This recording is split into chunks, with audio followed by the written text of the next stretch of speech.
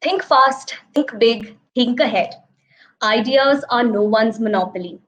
What better way to kickstart this event than by recalling these words from our founder chairman, Sri Dhirubhai Ambani. My name is Blossom D'Souza. I'm your host for the day, and I'm extremely delighted to extend a very warm welcome to each and every one of you to the launch premiere of the Ultimate Pitch 6.0, a platform where we truly believe that ideas are no one's monopoly, and the next big thing could just be brewing in your bright minds as we speak. Now, speaking of warm welcomes, we're so delighted to welcome each and every one of you to our turf. That's the GeoMeet platform, wherein all of you have joined in from your homes, from your campuses, from all over the country. And we're so delighted to have all of you on this platform today. You know, this past year has been difficult, we admit it. But here we are today, all of us coming together to kickstart this new year in a new way, to showcase to the world that no amount of physical distancing or restrictions can ever stop an idea from brewing. We adapt, we transform, and we overcome challenges. And it is this undying spirit of the human race that we're here to celebrate today. So before we begin, just a quick request from all of you. I understand that all of you are joining in from your laptops, from your homes, from your mobile phones, and it seems like you're just standing in front of a screen or a PC. But let's try to make this a lot more interactive. Feel free to head over to the comments section to comment or mention your questions if you have any, and we'll try to take those towards the end. All right, so let's get started. Before we officially announce the theme for this year, let's have a quick peek into the past. Now take a look at what you see on screen right now. This is something wherein I'd like you guys to travel back a few decades in time. I'd like you to head over to your comments section and answer this question. Does anyone know what the standard capacity of a floppy disk is? I'll repeat the question for the purpose of everyone on this live chat. Does anyone know what is the standard capacity of a floppy disk? Well, for all of you 80s and 90s kids out there, I'm sure you know what this is. But for those of you who don't, this is a standard floppy disk. It was a popular medium of storage, and it was used for nearly 40 years. And I'm sure for a lot of you out here on this call, it's making you quite nostalgic. Not many of you must have actually used it, but let's see how many of you can guess its capacity. Okay, so we have some responses coming in. Approximately 3 MB, close, but still a lot, Palak. 5 MB, that's way too much. We have some even larger guesses coming in. All right, guys, come on, try harder. Okay. No, that's still too much. Right, okay, we have Amit. Amit, good job. You've come close enough to the answer. Actually, the correct answer is 1.44 MB. Now, I'll just put that in perspective for those of you who don't understand this. A high resolution image on your phone is around 10 MB. But then came CDs, DVDs, SD cards, USB drives, which could hold terabytes of information. And today, quite honestly, we're not even restricted by that. We have cloud storage, which does not restrict itself to any physical material, right? That's interesting. Let's look at another example. Let's travel a little more back in time for this particular example. So now for this, I have another question for you. Can you identify what are you seeing on the screen right now? I'll wait for your answers. Type in what you think is this drawing about. As usual, let me know in the comments section. I'll give you a hint. This is a drawing of an invention. And this invention is what revolutionized education and accelerated civilization as we know it. I'll give you another hint. This is an invention that was invented by Johannes Gutenberg in around 1436. Oh my God, somebody is guessing that this is a beheading device. No, it's not that gruesome. It's something really positive. Okay, Nikhil Suresh, bang on, he's guessed it right. This is indeed a drawing of the first ever printing press. Now, this invention is what enabled mass publication of books and is credited to have officially brought Europe out of the Dark Ages. The libraries that we see today, the textbooks that we've studied in school, and even the books we read at leisure, all are because of this one invention. Now, over the years, printing technologies have evolved so much that now we have technologies like 3D printing that are creating objects out of thin air. Who would have thought, right? And that's just two examples. Today, we have innovations like IoT, self driven cars, space tourism, even, which is revolutionizing the world around us. So the question really is, what does the future hold? And that's where you come in. That's what we want to drive through this edition of The Ultimate Pitch. So without further ado, allow me to officially launch the theme of the 6th edition of TUP through this video.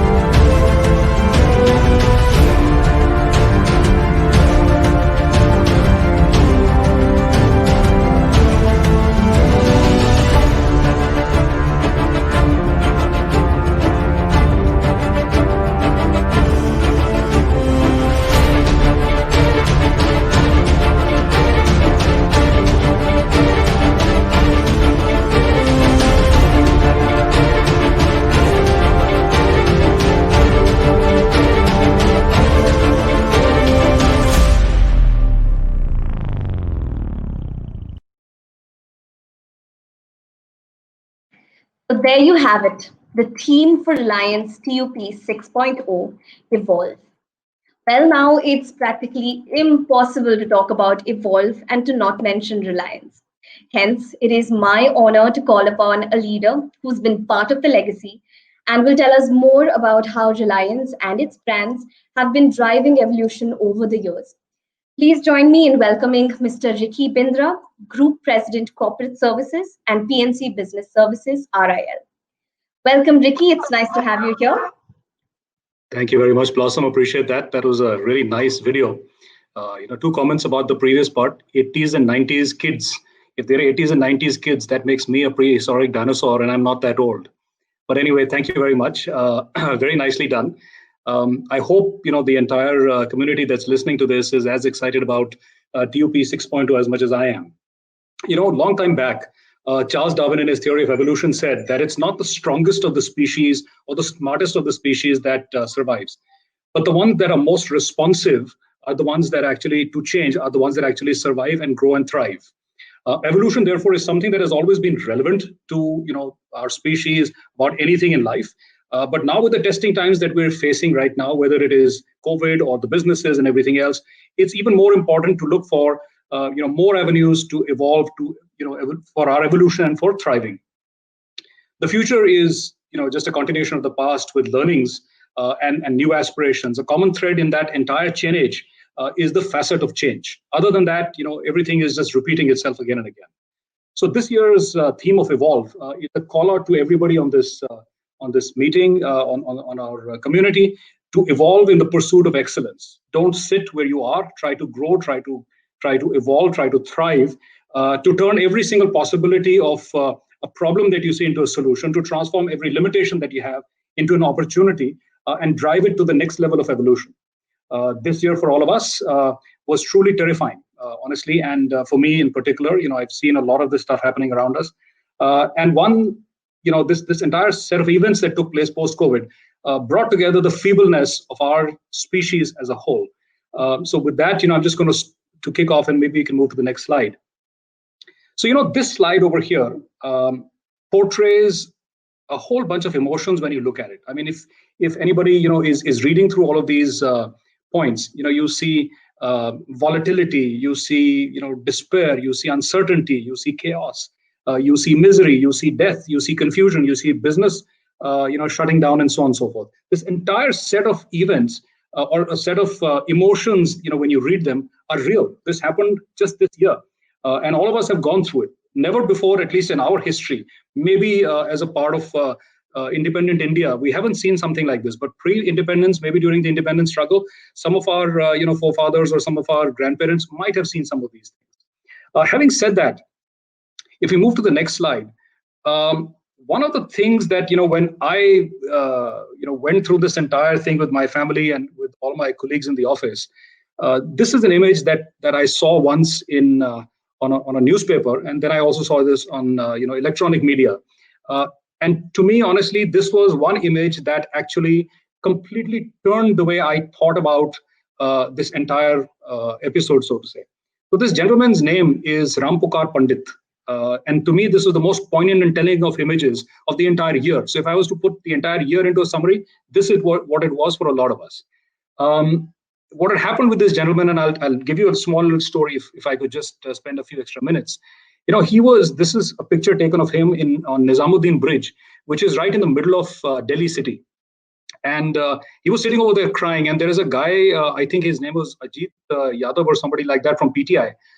He was passing by and he took a picture of this man. And then when he saw this guy crying, the human emotion in him made him walk up to this person and ask him, "Kya hua aapko? Why are you crying like this?" तो उसने बोला कि मेरा बच्चा बहुत बीमार है, hospital में है, मर रहा है, मुझे उसको मिलना है. So while he was sobbing away like this, he asked him कहाँ है. So all he did was he pointed, and you can read the story online as well. He pointed in that direction, saying idhar. So when he pointed idhar in his mind meant that this is probably on the other side of the border, because when you cross Nizamuddin Bridge, I'm from Delhi, so I can tell you that you do go further down and the Haryana border starts. So he thought maybe somewhere in Haryana. But the true story is that this person's child was in a place called Begusarai in Bihar, and his son was dying over there, and the police would not allow him to cross the border because the borders were sealed at that time.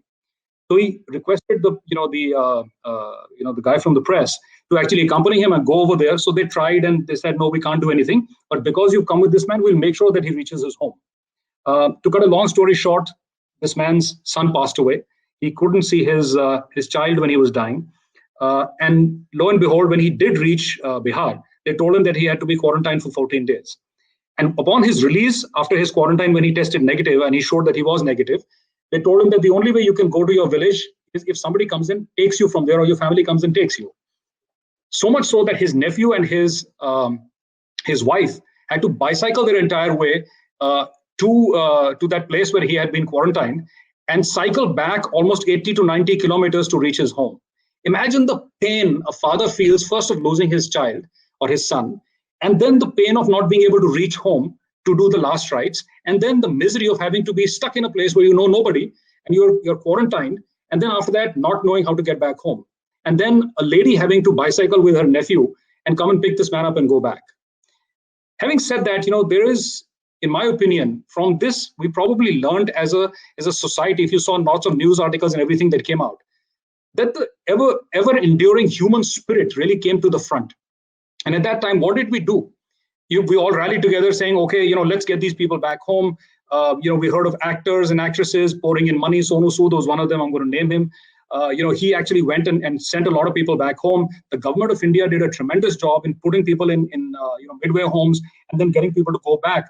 But that came a little later. But a lot of common people like you and me, when we saw somebody on the roadside, we would give them food, saying, "Chalo, aap ja rahe ho, ye khana leke jao, pani leke jao." All that stuff was happening.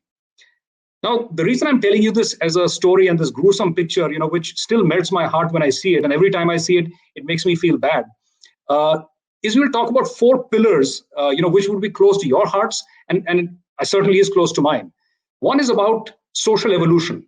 We are talking about evolve as a theory, but I'm talking about social evolution, corporate evolution, digital and technology evolution, and finally the retail evolution.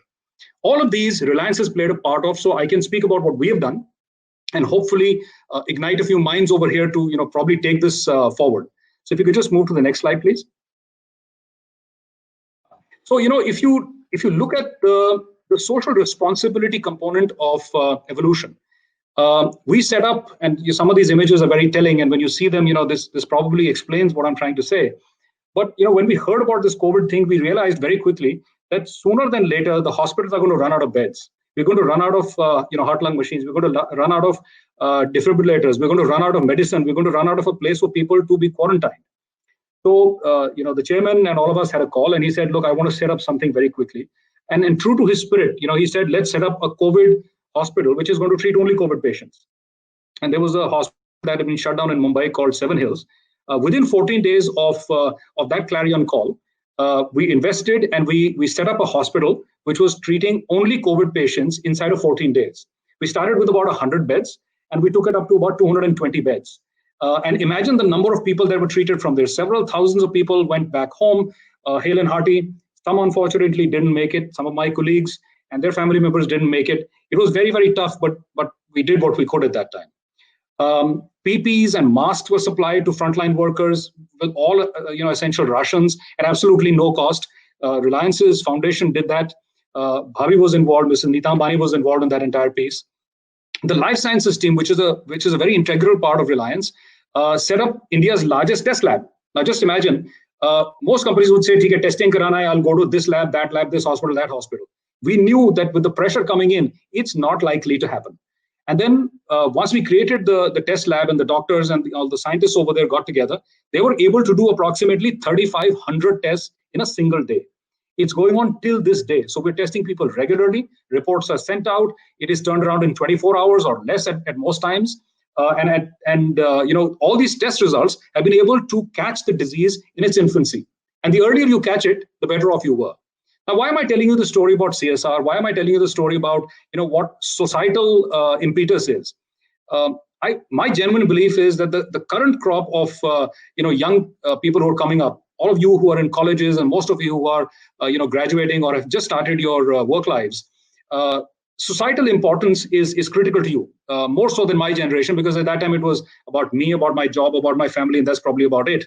And now I think it's a little bit more mature as a group of people that we're evolving into. Reliance Foundation also provided about 5.5 crore free meals in 78 districts across 17 states and one union territory. Imagine that, 5.5 crore free meals. That is more than what probably the government of India did.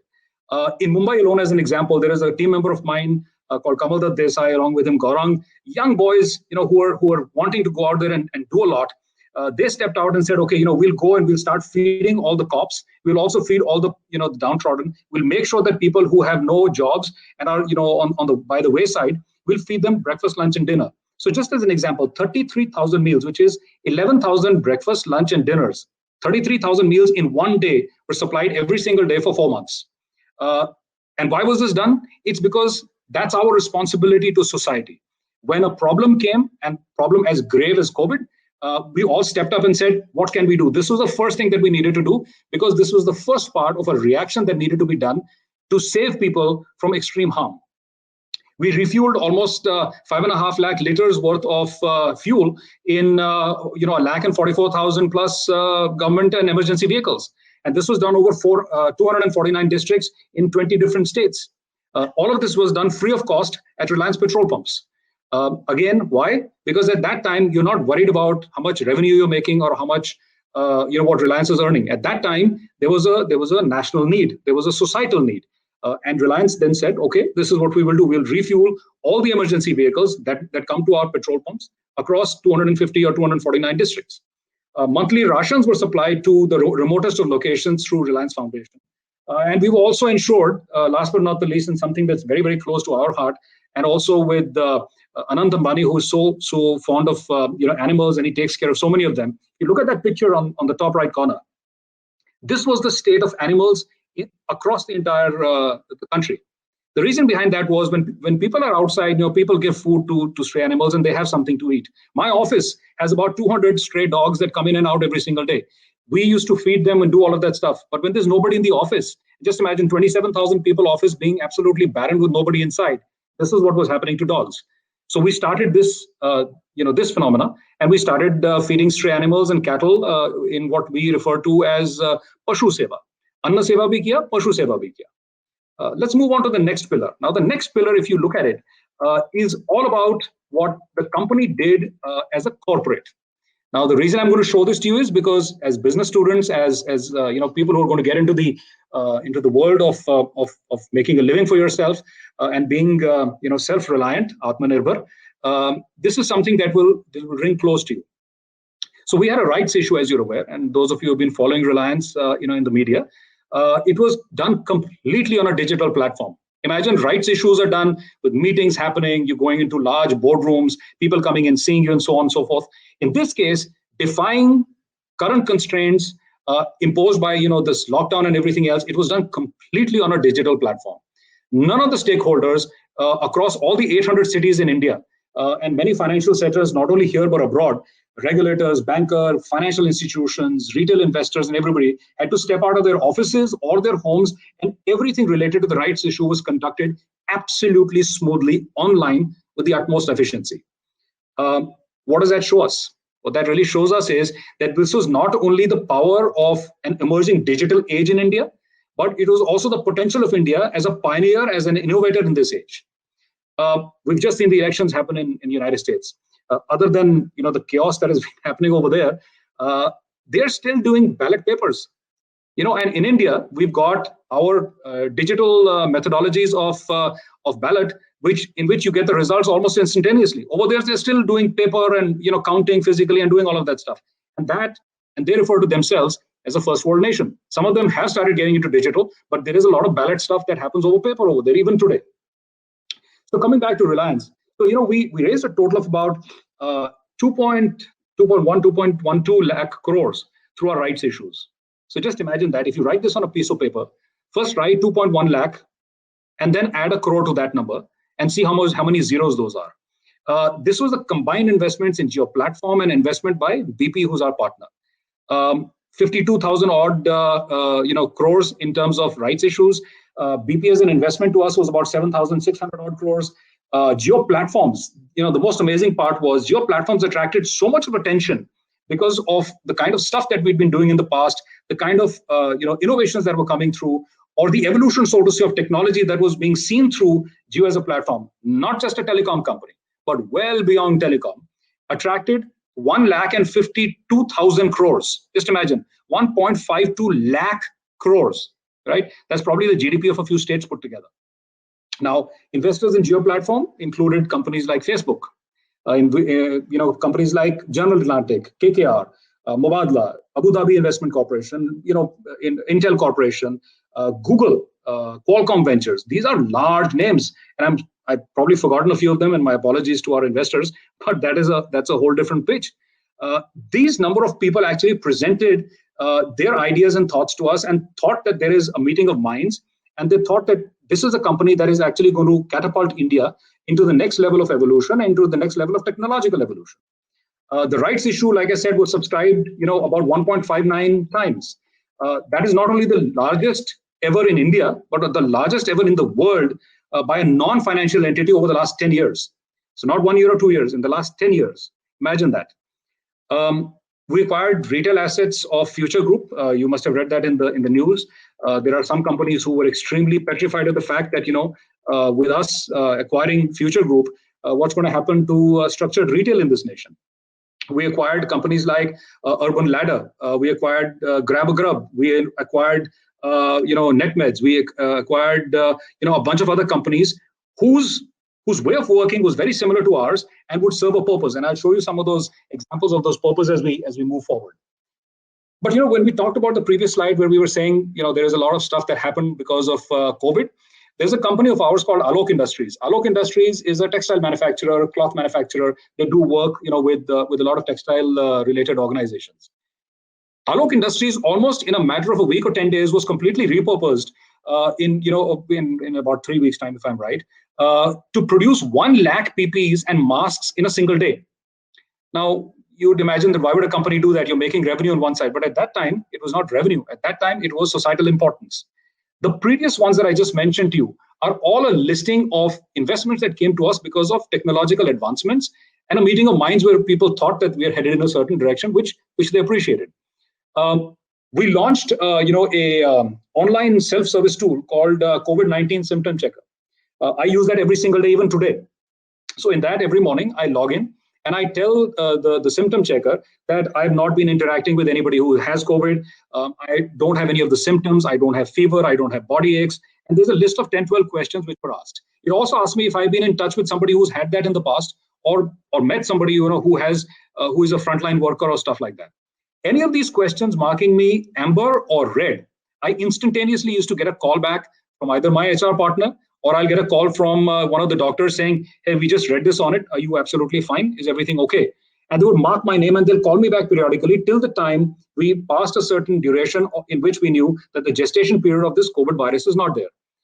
Now, why did we do that? Again, this is a technological intervention that was done so that I can, or my company can track 8 lakh people in Reliance who are not only their own employees, but their family members as well. So when I fill it out for my parents as well as for my wife and my children. So this tool is used every single day. And to let you know a little secret, once we get the vaccine, it is the same tool that is now going to be used to figure out who is going to get the vaccine first, who's going to get it second, who's going to get it third, in which order, in which location, and a methodology of tracking the entire piece. So while I've spoken a lot about the corporate part, what's important for you over here to note is that the organization is not just thinking about societal importance. It's about the corporation as well. If we don't succeed as a corporate, there is very little you can do for the society as a whole. I'll just move over to the next slide now. This one is about digital technology, right? Now, if you look at digital technology, I gave you a few examples. What are we doing right now? All of us are sitting in the comforts of our home. All of us are sitting and either learning, communicating like we are right now. We have health applications that I just spoke about. Over 400 million Jio users were online every single day, staying productive and staying safe and staying at home. The traffic surge, as you can well imagine, just imagine you create a network so that people are at home. There's a tower next to your house or there's fiber running into your house. The tower is supposed to manage calls because it's planned in such a way that there are X number of people who are here. During the daytime, there will be these many. During the nighttime, there will be more. But during the nighttime, calls reduce after a certain period of time. And that's how the network is structured. Now, when everybody's at home, at the same place where a tower is not designed for that purpose, it should go down. But the planning of the organization, not now, but 4 years ago when it was conceptualized, or 5 years ago when it was conceptualized with the mindset that if something like this happens, this is where we will be. That is the power of forward thinking. The traffic surge was handled with absolute brilliance. The network elasticity was so great that we did not have downtime at most locations. There were some places where we did have some issues, not to say that we didn't, but those were rectified almost immediately. I'll give you a small fact. Did you know that United States, just recently it was published, has about 332 million users. Jio alone, forget about all the other providers in India, has 400 million on its network today as we speak. Another fact, before Jio was launched, and again, I'll tell you why I'm telling you this and why is it important for you as new students or people who are listening to this session. We used to consume as a nation about 20 crore GBs in a month. 20 crore GBs in a month in the pre-Jio era. Jio got launched. We got a lot of people on board. Today, as we speak, India as a country on Jio alone consumes 800 crore gigabytes, which is 40 times what we used to do 4 years ago. Now, the reason I tell you this is just look back and imagine that, God forbid, if this COVID had hit us, say, not this year, but 5 years ago, what would have happened? All e-commerce would have gone down. Our ability to study would have gone away. Our ability to communicate would have gone away. There would be all kinds of stuff that would have happened. We created India's Corona Help Desk. I don't know how many of you know this. There's a company we got called Haptic. Haptic created a chatbot in which the entire nation, almost 80 million plus people, interacted with that chatbot for about 30 million plus users. 80 million interactions with 30 million users, asking questions about where is the nearest hospital, where can I get tested, if I have this, what does that mean? And the chatbot would respond back rather than having thousands of doctors who are busy with their patients answering these kinds of questions. So the chatbot answered those questions, and we created it for the government of India. Digital warriors, I can't say enough about them. And I'll give you a small example. There is a set of 3-4 fellows in Jammu and Kashmir. Harjinder is the guy who's the team lead over there. There is a guy in infra engineer called Abid, and a splicer, who does the joining of wires, etc., called Tafazul. These guys found out that the CCTNS network that is prevalent in Jammu and Kashmir, because it's a very sensitive place, was actually going down. They traveled 90 kilometers. These 3 guys traveled 90 kilometers from their Baramulla location all the way up to a place called Karna. Now, this is right next to the LOC. They went over there, and when they figured out that there is a point beyond which the road doesn't go, they actually walked 5.5 kilometers in snow to get to the tower, to get to the equipment, to solve it. This was done again because it was critical. This is the technology that the nation is riding on, and therefore we said, okay, if this is so important to you, we'll do what it takes to keep you up and running. We have a Geo Associate program also, in which we knew that money was not being made by most people because the sales were not happening because the shops were shut. So we created a program called Geo Associate. Now, the Geo Associate program is a very unique program. Just imagine I'm a prepaid user and I want to pay by cash. Most people, in the villages or in the hinterlands, don't have credit cards or don't have access to a credit card. Now, how do you recharge your phone? If the phone goes down, you have no method of communication. Just imagine that that Ram person, who was trying to go over there. He had a phone in his hand. If he didn't have a charge, he wouldn't even know that something like this was taking place. So there's a guy called Sitaranjan, who is an auto rickshaw driver and a Geo Associate from Guwahati called Ranjia. These guys got together. And they said, okay, मैं आपका charge कराता हूँ. आप जितने charge कराओगे, we'll pay you some amount of money for getting a recharge done. So an auto rickshaw driver became a mobile shop. He would go, he would recharge, and that recharge would earn him some extra income during the lockdown, and which would help him, provide for his family. Innovative thoughts at that time. Now, this helped me because it kept my business up. It helped me still get revenue. It also helped the person who is the utilizer of those services. So it's not just about being a corporate that is hungry for money, but it is societal impact. It is impact to that individual, so he could pay for his family's well-being and food and so on and so forth. And it will also make a purpose for us as a corporation. While I've given enough examples about that, let's move over to the next slide, please. Retail. I told you there are 4 pillars. Now, the 4th pillar, and this one is very close to my heart because this is something that even I was worried about. When we went into lockdown, one of the first things that I was grappling in my mind was, how are we going to feed people? How am I going to feed my family? If everything is on lockdown, where do you get food from? So water, fine, it's coming into your house, and hopefully the plants don't break down and water continues to flow into our houses. But food would become a big challenge. And we had a few smart men and women in Reliance. They all got down and said that we need to do something about this because the Karyana stores are suffering because their supply chain doesn't exist. And a Karyana store typically is a small store with maybe 30, 40, 50 SKUs that they sell. Now, if he has 50 SKUs and somebody wants something and there's no supply chain serving him, then how does he serve something as simple as bread, something as simple as Maggi, something as simple as sauce? You can't do it. So we decided that we will now be the supply chain services provider for that Karyana store. He can place an order on us. The customer remains his. We will supply to him. He'll supply to the customer. And therefore, we created what is now known as JioMart. Was it smooth sailing? Absolutely not. Did we falter? Of course we did. We faltered many times during this thing. But when you are evolving, evolution doesn't happen in a day. Evolution happens with mistakes, trials and errors, and then you get somewhere. And today, I'm glad to tell you that all of our 771 stores in over 200 cities in the country are open to serve and have been open to serve for a while. We give priority to people who are frontline workers. They had priority check-in and check-out. If they were a frontline worker and they proved that to us, we would give them priority.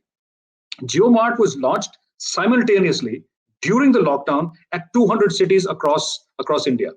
And therefore, we unlocked the freedom to shop from the comfort of homes of people who wanted to place an order, who will call a Karyana wala at your neighborhood store who you know very well.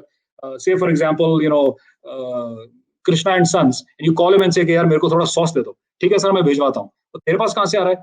So we had tied up with him and said, you get the order, we'll give you the material, you supply to the people, the customer still remains yours. So there's no competition, so to say, between structured retail and a Karyana store. It is actually mutually complementary to each other. We ensured that the thousands of shelves of our Karyana partners never went vacant. We ensured operations of approximately 98% of our own grocery stores. Imagine, when you and I were in our own homes, worried about going outside, there was a handful of people who decided that no, my responsibility is also to my customer. If I'm not at my store, there is a chance that somebody would go hungry. And we had a lot of people who, especially women, who would go out and say, "Chalo, I'll go to the store and I'll serve today." And then somebody else will go on another day. And that's how we kept the stores live. And there are so many videos I have about that. I wish I had more time, Blossom. I would have loved to show some of those. We enabled the digitization of some of these Karyana stores. So just imagine, you have a Karyana store that's open, but you don't have the ability to go and get cash. Reality, right? In retail, most of the stores in Karyana in particular typically do cash transactions. Now, if the ATM is not filled, तो एक तो आप ATM कैसे जा रहे हो, और ATM में अगर पहुंच भी गए तो वहां पे कैश नहीं है, तो आप इसको पे कैसे करोगे?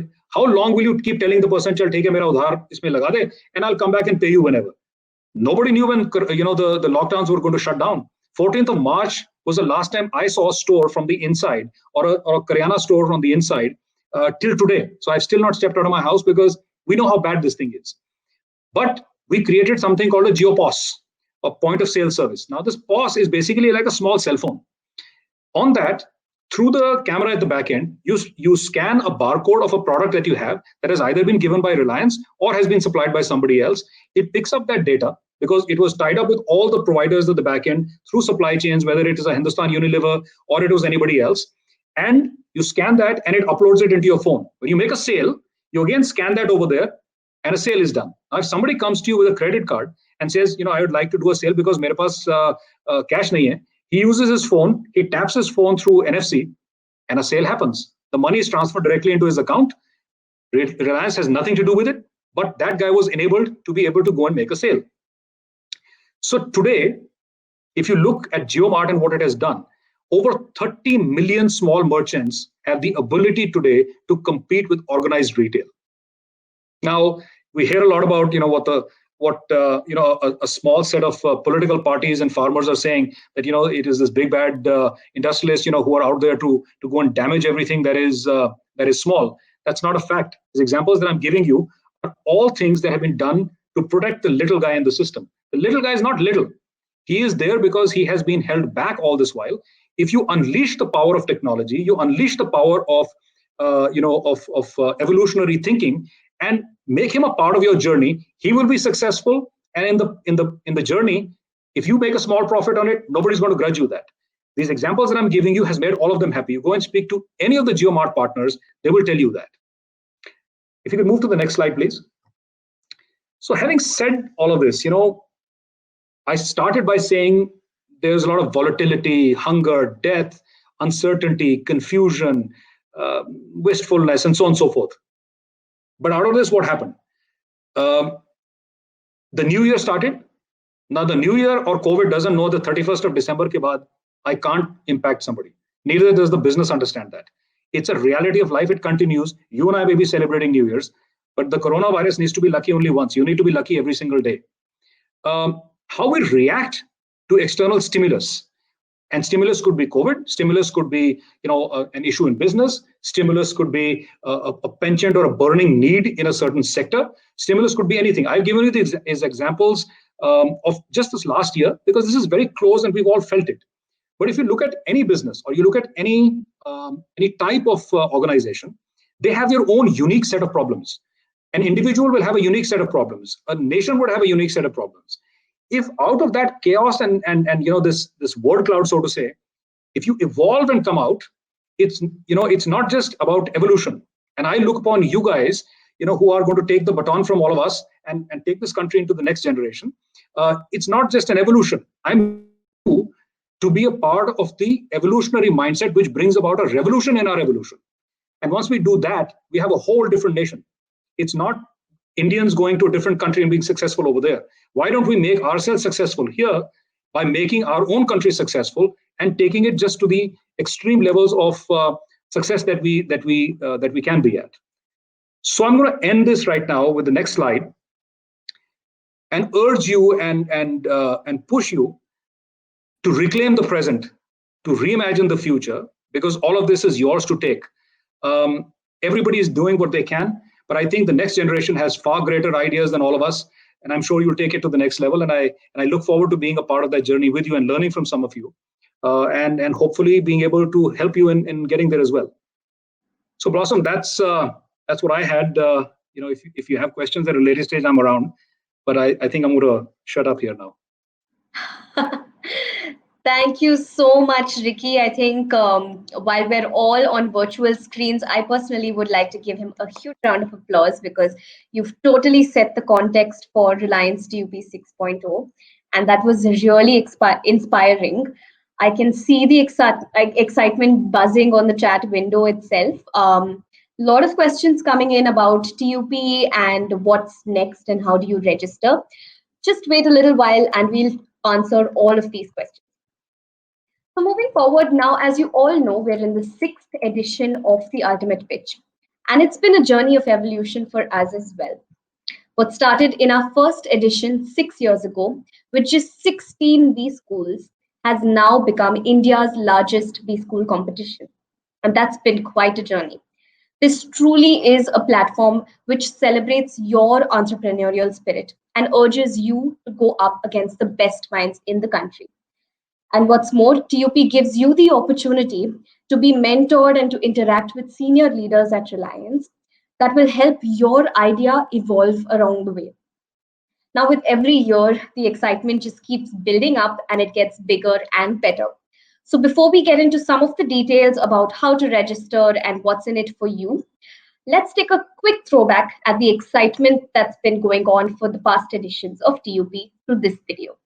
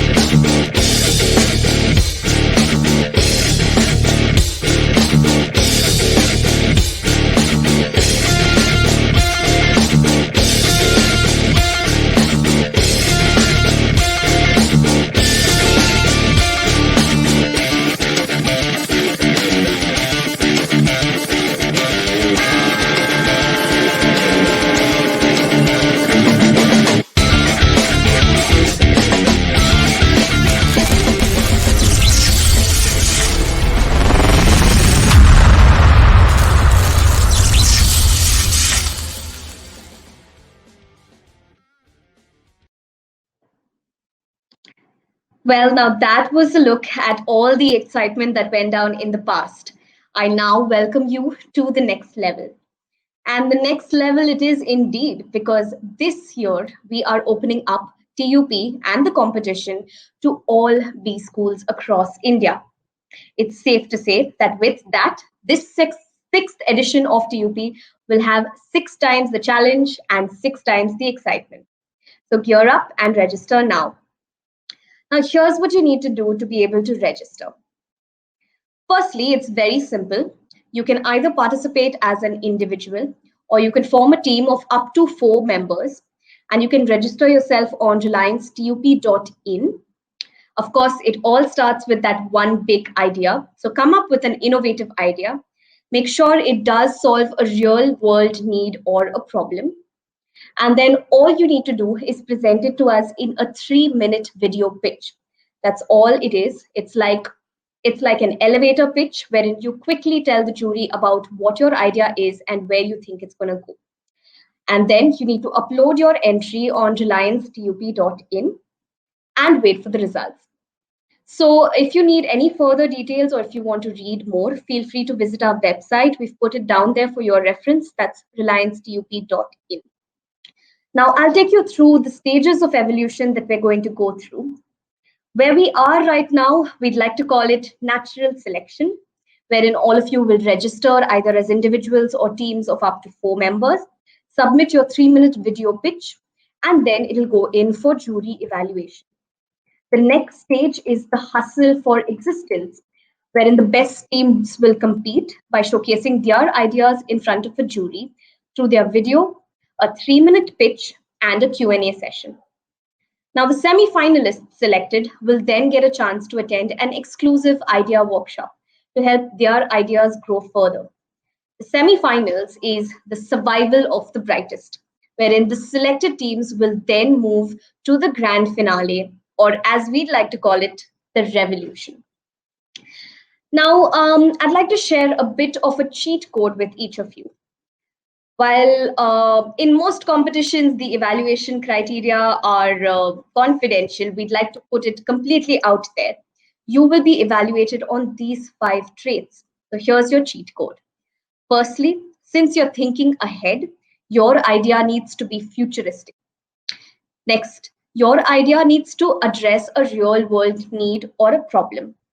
Feel free to challenge conventional wisdom and don't be bound by any barriers or boundaries. Next, your idea needs to be practical and scalable. At Reliance, of course, we love scale, so make sure that your idea is scalable yet practical. And lastly, and most importantly, in whatever you do, you need to be able to make a strong pitch. Whatever your idea is, it needs to make business sense. And that is why make a strong case for your idea. And if you manage to crack these 5 evolutionary traits, you've done it. Now, if you do this, you evolve and win big in this competition. So speaking of winning big, the ultimate winner of TUP 6.0 wins a cash prize of 5 lakh rupees. What's more, there are cash prizes and goodies for throughout all the stages of the competition. An exclusive opportunity to get mentored by the GeoGen Next Hub. The GeoGen Next Hub is our innovation hub within Reliance, and they will mentor the finalists to take their ideas to the next level. The finalists also get a chance to win pre-placement interviews by Reliance. So that's what you have for Reliance TUP 6.0. We urge all of you to head over to reliancetup.in and register soon. Your idea could be the next big thing, like I said. But even beyond the rewards that I just mentioned, TUP really is a bag full of excitement. But honestly, don't just take my word for it. Let's hear it from the past winners about their experience at TUP.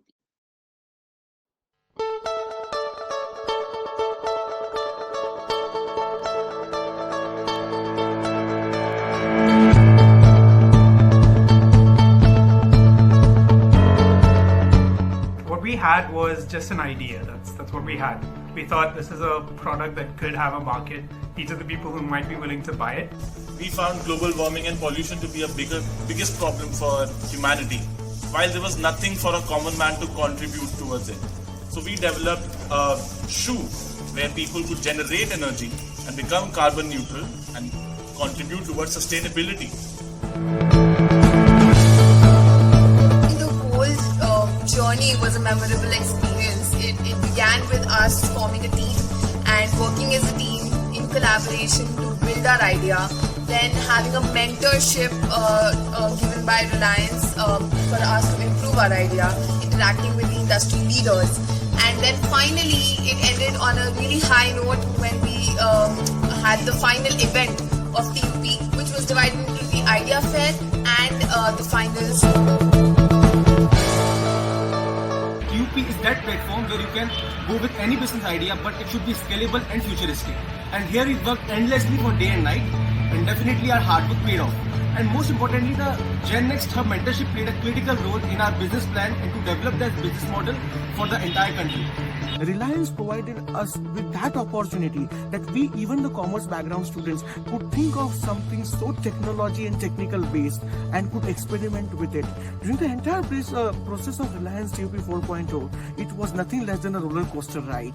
So Guys, wishing you all the best for TUP 6.0.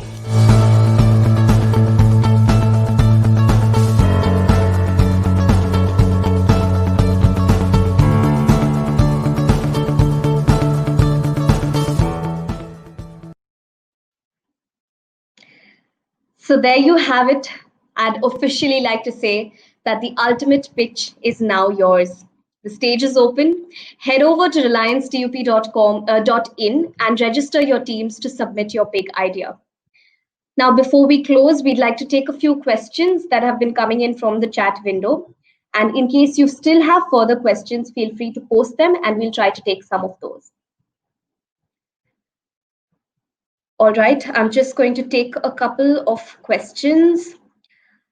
There's a question coming in from Moksh Porwal that says the theme is evolve, and is it necessary to relate our pitch with problems only related to COVID, or could there be problems from other areas as well? Example, technology.